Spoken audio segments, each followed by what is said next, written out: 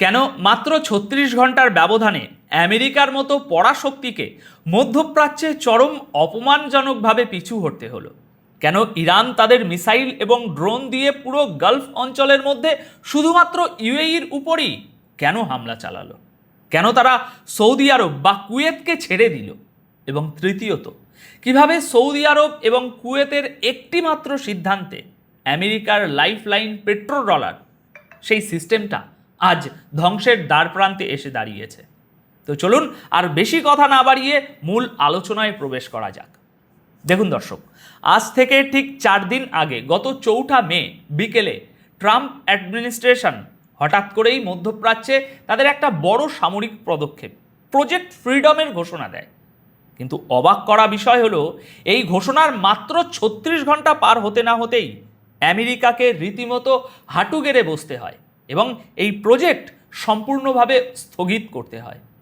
NBC news এবং CBC নিউজের মতো পশ্চিমা মূলধারার গণমাধ্যমগুলোতেও এই খবর ব্রেক করা হয় যে আমেরিকা এই পিছু হটার পিছনের মূল কারণ হলো তাদের দীর্ঘদিনের পরীক্ষিত মিত্র সৌদি আরব এবং কুয়েতের সরাসরি বিদ্রোহ।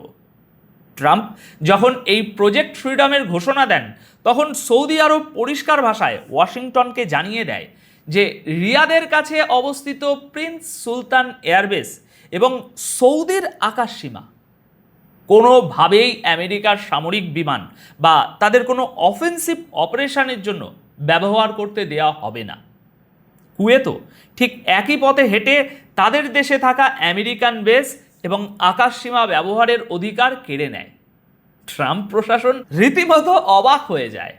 পরিস্থিতি সামাল দিতে ট্রাম্প স্বয়ং সৌদি আরবের ক্রাউন প্রিন্স মোহাম্মদ বিন সালমানকে ফোন করেন তাকে রাজি করানোর জন্য।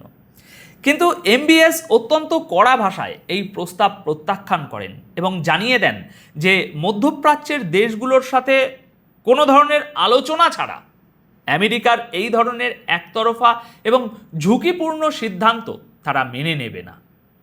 এরপর কোনো উপায় না দেখে আমেরিকা শেষ পর্যন্ত বাধ্য হয় এই প্রজেক্ট হোল্ড করতে এবং মুখ রক্ষার জন্য তারা বলতে শুরু করে যে পাকিস্তানের কূটনৈতিক চ্যানেলের মাধ্যমে তারা ইরানের সাথে সমস্যা সমাধানের চেষ্টা করছে, যা আমি গতকাল আপনাদের জানিয়েছি।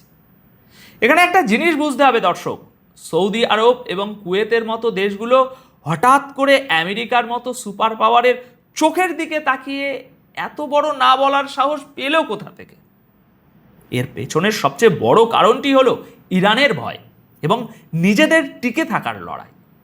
গালফ রাষ্ট্রগুলো খুব ভালো করেই জানে যে তারা যদি আমেরিকাকে তাদের মাটি ব্যবহার করে ইরানের উপরে হামলা চালানোর সুযোগ দেয়, তবে ইরানের পাল্টা আঘাত সবার আগে তাদের উপরই আসবে।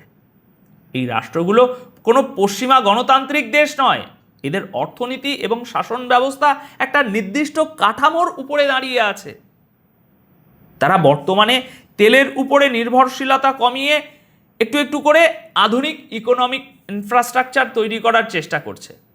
এখন যদি আমেরিকান বেস ব্যবহার করার কারণে ইরান তাদের তেল শোধনাগার, ডেটা সেন্টার বা ওই আধুনিক শহরগুলোতে হামলা চালায়, তবে তাদের পুরো অর্থনীতি মুহূর্তের মধ্যে ধসে পড়বে।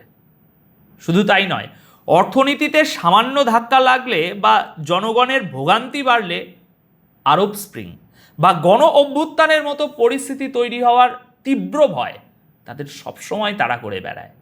তাই লং টার্মে আমেরিকা ওই অঞ্চলে কী গেম খেলছে তার চেয়ে সৌদি এবং কুয়েতের কাছে শর্ট টার্মে নিজেদের অর্থনীতি, শাসন ব্যবস্থা এবং আঞ্চলিক স্থিতিশীলতা ধরে রাখাটা অনেক বেশি জরুরি হয়ে পড়েছে।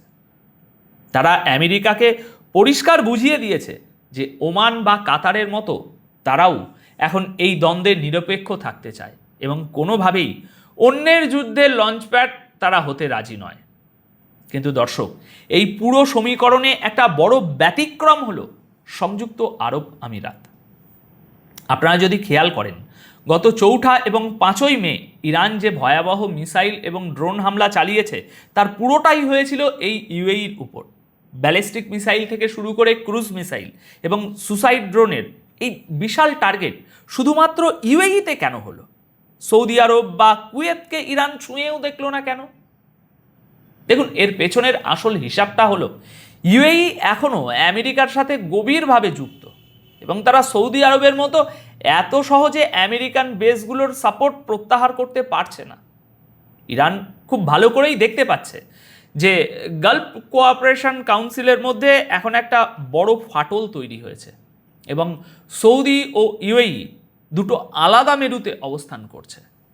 ইউএইর মাটিতে এখনও আমেরিকার আল দাফারা এয়ারবেস পুরোপুরি সক্রিয় এবং একই সাথে ইসরায়েলও তাদের ডাইরেক্ট এনার্জি ওয়েপেন সেখানে মোতায়েন করে রেখেছে।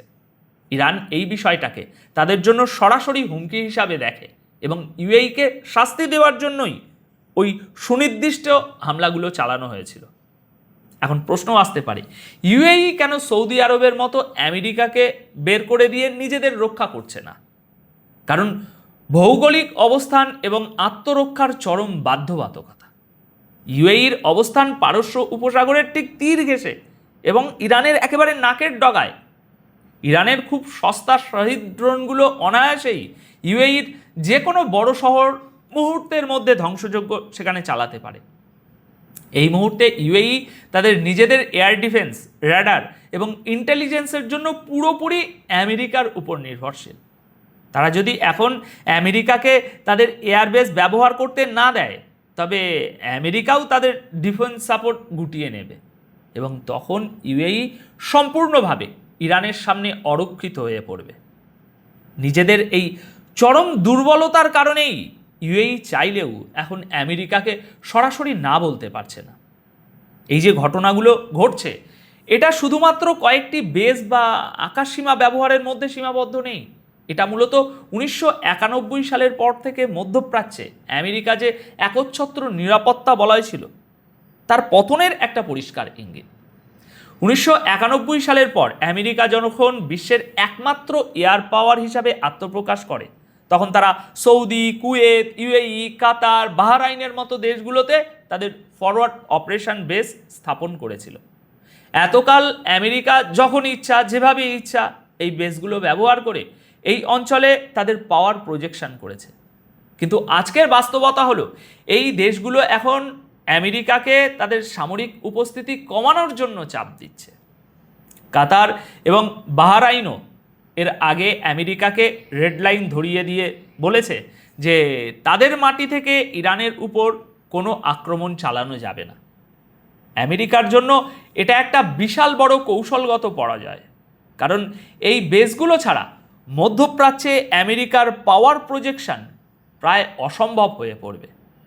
তখন তাদের হয়তো ভারত মহাসাগরের দিয়াগো গার্সিয়া অথবা ইউরোপের কোনো বেস থেকে উড়ে এসে অপারেশন চালাতে হবে, যা সামরিক এবং লজিস্টিক দিক থেকে অত্যন্ত কঠিন। আর আমেরিকার এই দুর্বলতার কারণে পুরো মধ্যপ্রাচ্যে এখন একটা বিশাল পাওয়ার ভ্যাকুয়াম তৈরি হয়েছে।